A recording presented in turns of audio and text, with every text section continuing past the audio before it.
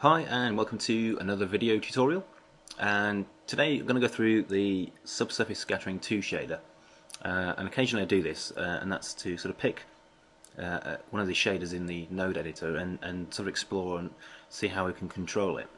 And I was trying to recreate the ZBrush red wax material, which looks really cool, and I've tried to do this before and it wasn't particularly successful. But I think I was trying to use it without any subsurface scattering effect. So this is my sort of version 2 of it. And I was going through the What's New 9.5 docs, and obviously this is where we can see the description of this shader. And this is where I sort of ran into the sort of first problem, and that it was the forward colour and backward colour.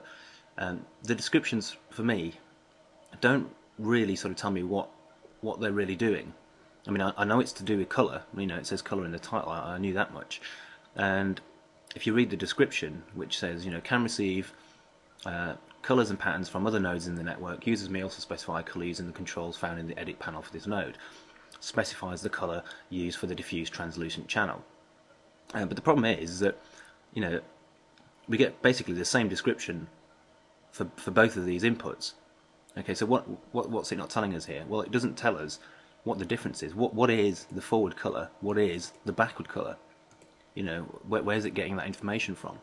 I mean, obviously the forward amount and backward amount is obviously how much of whatever these effects are visible. So the documentation kind of failed for me anyway. It didn't tell me, you know, what I needed to know. So, you know, the only way to try and figure this out is to play around with it. So if I go to the shaders, subsurface scattering, SSS2, and plug the colour of that into the diffuse shading on the surface here, and let's double click to bring up the options and then minimise that so we can just see this panel. And let me just go through what I've got on my scene here. So I've got the ZBrush demo head model, and I have 2 area lights, one from the sort of front to the side, and another one from the back.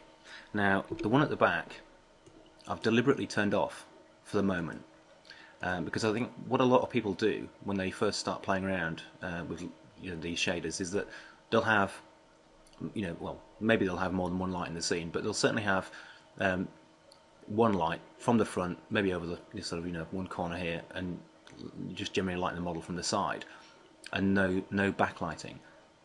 And as we'll discover, the backlighting is very important. So it's kind of set up as most people might set it up if they're new to Lightwave. So, you know, we've got our scene set up, and we've plugged in the subsurface scattering 2 shader, and we hit F9, and this is what we get.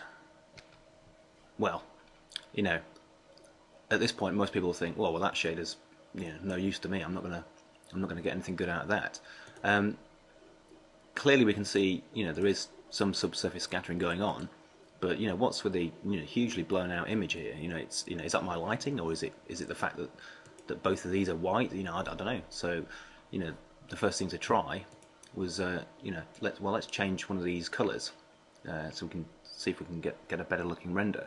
So, you know, 100% white to me seemed, you know, a bit excessive. So I changed one at a time, and let's change the forward colour to a sort of mid grey, and see if that had any if that helped at all. So let's F9 that. Okay, so that's a much better result. You know, we can see all the details on the model. It's still looking very soft, but we can, you know, we can at least see that there is some subsurface scattering going on. You know, this is starting to look like some sort of wax or whatever. So, you know, at this point we're thinking, okay, well, you know, maybe the forward colour is the predominant colour of the shading. You know, so maybe that's like the you know, the main sort of surface colour. So, well, let's try changing the back colour to something, you know, different from white. So let's try blue, and see where that effect is in the model. Just want to point out, actually, I'm using the soon to be released Jovian colour picker from Ken 9. which I've been helping out with the interface stuff, but it's fantastic. It's seriously, I can't wait for him to release this, because this is it is the color picker that everybody's ever wanted. It's fantastic. You can flick between the different color models, and yeah, brilliant. And you can pick from screen, pick from image, open a library. That's not hooked up yet, but when that works, you can also do split, complementary colors and all that kind of stuff. Anyway, but yeah. So let me just cancel that and bring that back up and pick that color. Cool. Right. So let's see what effect this backward color. Let's see where that appears on the model. Okay. So, well, I'm not really seeing a huge amount of blue in this image. I mean, if we actually zoom in, we can see a little bit of kind of tinge happening around the edges here. So, and that made me sort of think, well, maybe this is something to do with light from the back. So, and you can see now I've switched this off. So then I thought, well, okay, let's place a light from behind. I kind of know that most subsurface scattering shaders do respond better with light coming from the back. So let's switch on this, as you can see, I've called it backward light, and let's see what influence that has. Okay, so, well, we've got this light in the back now, but again,